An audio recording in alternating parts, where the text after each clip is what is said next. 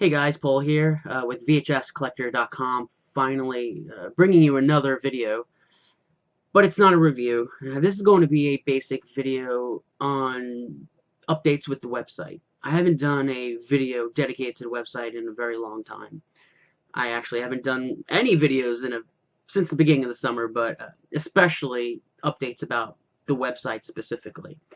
I don't know how many of my viewers also use the website or vice versa, but you might notice that throughout the summer the website went through all some funky things, and you might be interested in wondering, what's the story behind that? What's actually happening? I did put some information in the news feed on the website, but hopefully in this video I'll talk about that a little bit more. But yeah, like I said, I haven't made any videos since that October Blood review, which might have been in the beginning of the summer, I don't remember. But throughout the summer I had been busy traveling, going on different adventures with my friends around the country.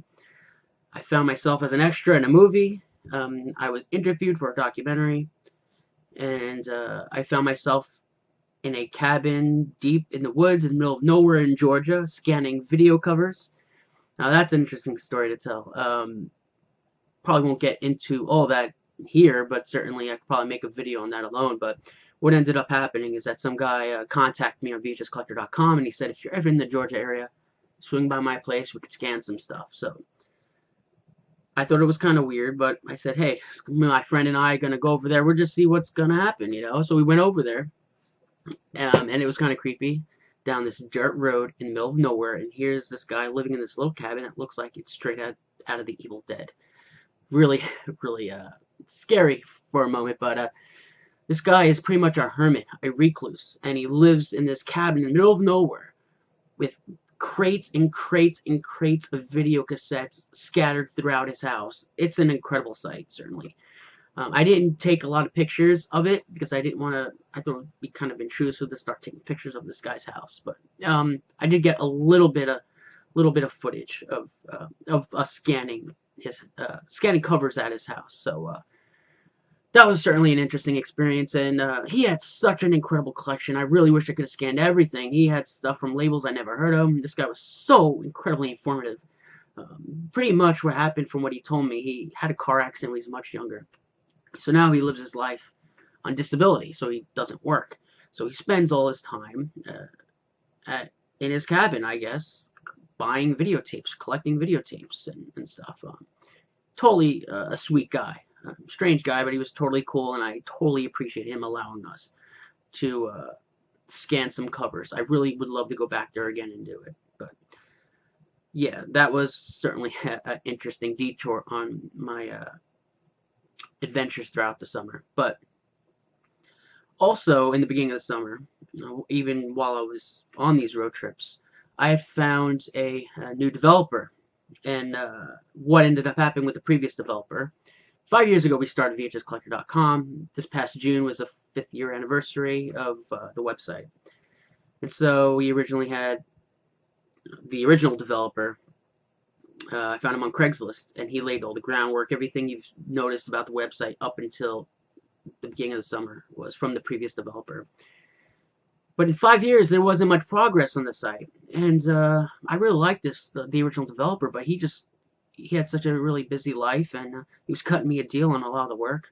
He just didn't have the time to really dedicate to the website. And also, I think he just didn't know how to do some of the coding that I needed him to do on the website, unfortunately.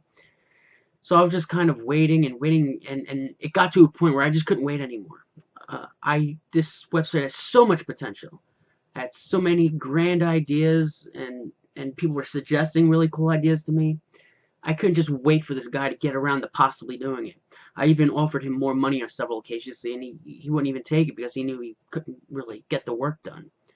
So I ended up having to find someone else. And it's weird because it almost feels like a breakup in a way, because I've been speaking with this guy for 5 years about the development of the website, and together we worked pretty hard on it, but I have to advance the website. We gotta get it to a place that's better than the state it's in now. It's almost like in a beta form right now. It's always been that way. It was never in a completed state. Sometimes I was kind of embarrassed of it, because some people would refer to my website or link it, and I'm like, it could be so much better.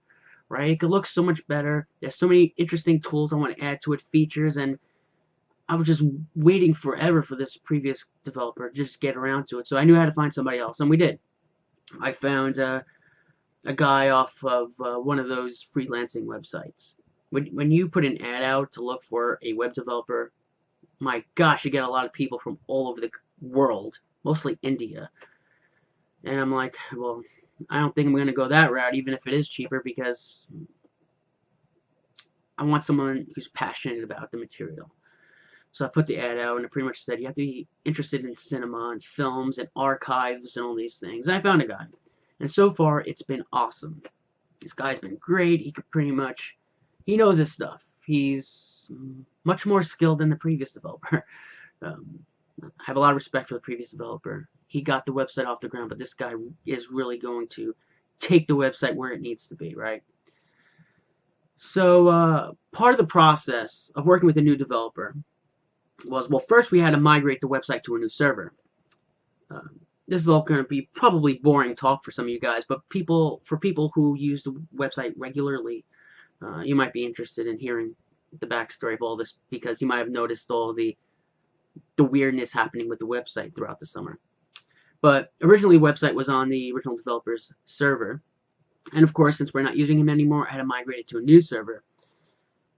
Boy, did this cause a lot of obstacles, a lot of problems, and it was just a huge headache. We ended up having to transfer all of the images from the website, or migrating them twice.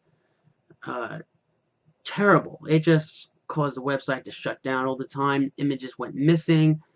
Total nightmare. But the new developer, his name is Matt, he did a great job making sure everything was going to run smoothly. Every time we hit a snag, he was on top of it, and that's exactly what I needed for this website. So eventually, actually until recently, we finally got the website into a stable state. We haven't had any problems. So now we're back to a place where we could start developing it again and start getting it, starting to work again on the layout, the added features, all these different things that I want to do with the website. So many things. I want to add, I don't even want to go into it. I want some of this stuff to be a surprise. A few of you guys know the admins on the website who use the website regularly. I think I've talked to a few of them about what the future holds for the website. But a few basic things that most of these sort of websites have is like a marketplace.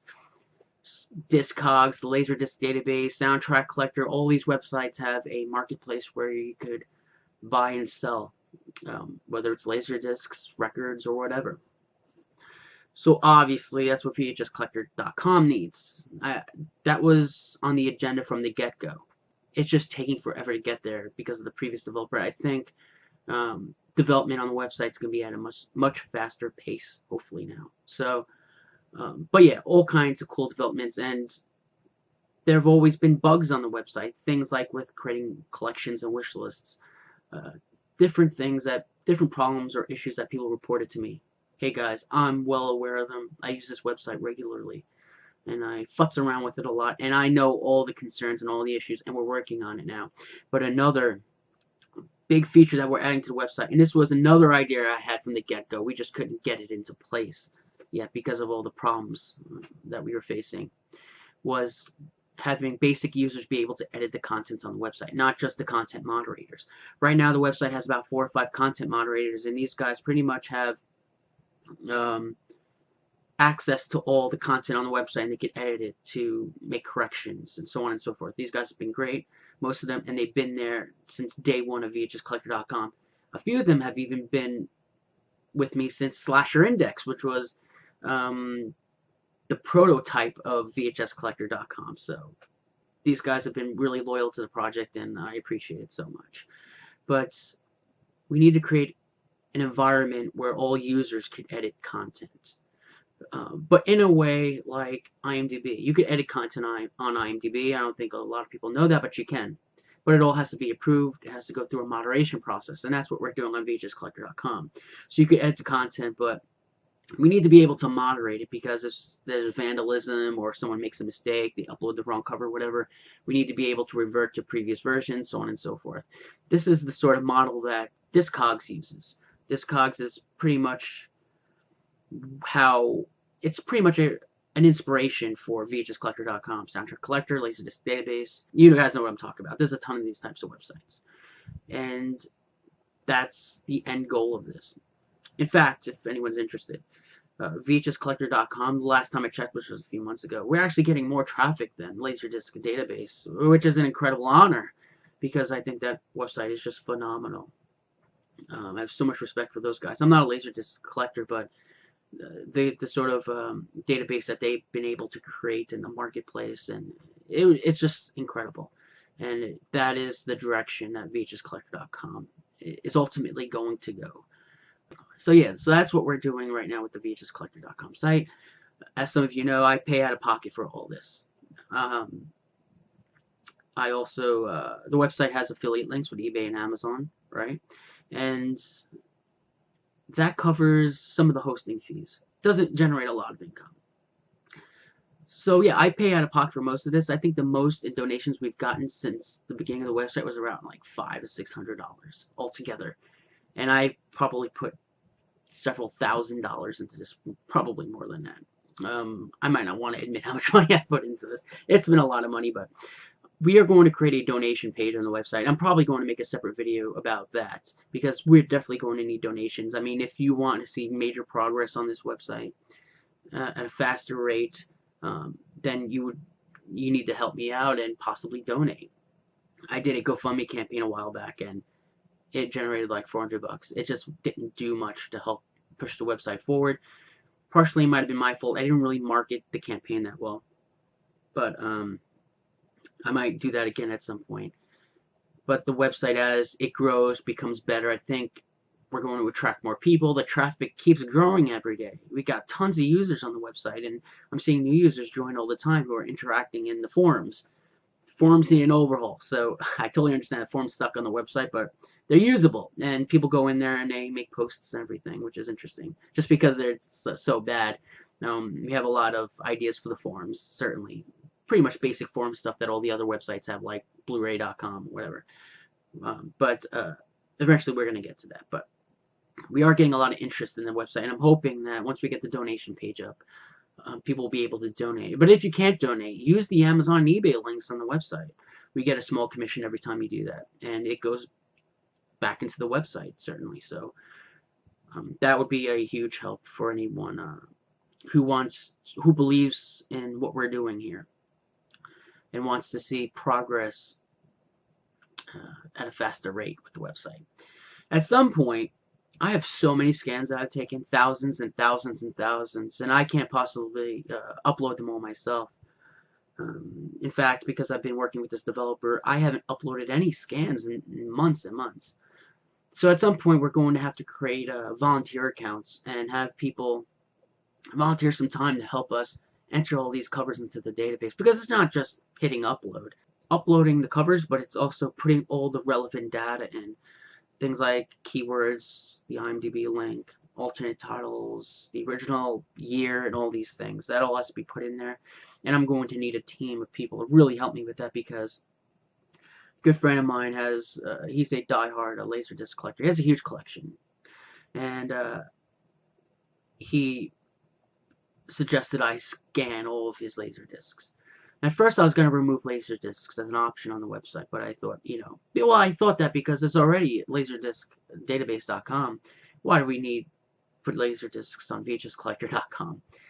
VHScollector.com isn't just VHS, that's the title, that's the focus, but we are going to have all obsolete tape formats, or disc formats, apparently. But we want to have high-res images of the Laserdisc covers, and this is what Laserdisc Database does not have, as far as I'm aware. So that would be an incredible asset to the website, and he has Laserdiscs from all over the world, all kinds of rare ones and everything. So it's going to be another big project for me to photograph. Well, you can't really put them on a scanner, so we're going to photograph them on a copy stand and just snap pictures that way. Make sure we get a nice level picture. So we're going to do that with all the Laserdiscs, but like I said, I'm going to have thousands and thousands and thousands of images to upload in. It would be years before I could do it all myself. So at some point, I'm going to have to recruit volunteers. And when that time comes, I'm going to put a message up on the website. And if you're interested, people could just contact me. We'll set something up where you could help submit the scans.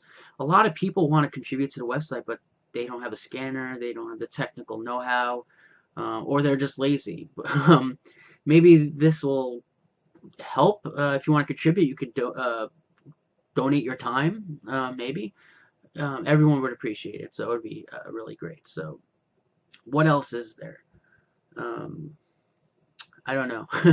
But I actually did shoot a VHS review a while ago, months ago, and I just haven't cut it together yet.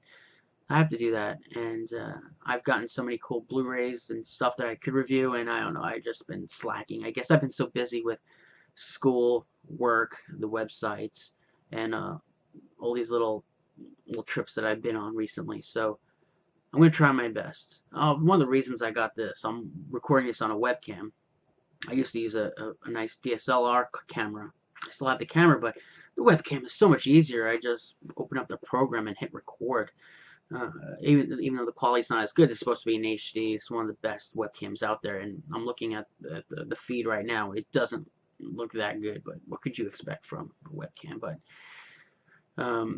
I thought maybe if I use the webcam, it's so much more convenient that maybe I'll pump out more videos. We'll see. But from the picture quality, I think I might just have to revert back to the DSLR camera. But we will see. So hopefully I'll get some more reviews out because so many people asked. I've been bouncing around ideas in my head for another Horror is Dead video. A lot of people request more of that, more of those types of videos, and I haven't really had a subject that I really wanted to do, but I think I found something. Don't get your hopes up. I don't want you to think that you could expect a video in the next month or so. These projects take a long time, so I'm just giving you guys an impression of what's going on. I've just been incredibly busy, but it's mostly good things with the website. So if you don't see me doing videos on YouTube, it's because I'm working on the website and I'm collaborating with people, whether it's the content moderators or the developer. We're trying to do something great together. And I'm also working so I can afford to get a lot of this work done. Hopefully, like I said, we get that donate page up. A lot of you guys will be able to help me and we can speed things up. So big thanks to all the content moderators out there, Jay Spartan, Neo Knights, who are the other guys out there? Riva Marsh. Maybe there's a few other content moderators. Sorry if I missed you. These guys have been incredibly loyal to the website, and they've been such a huge help since day one of VHScollector.com. At least most of them. So thanks again, guys. So this has been Paul with VHScollector.com. Keep a lookout for more videos, and I'll see you guys next time.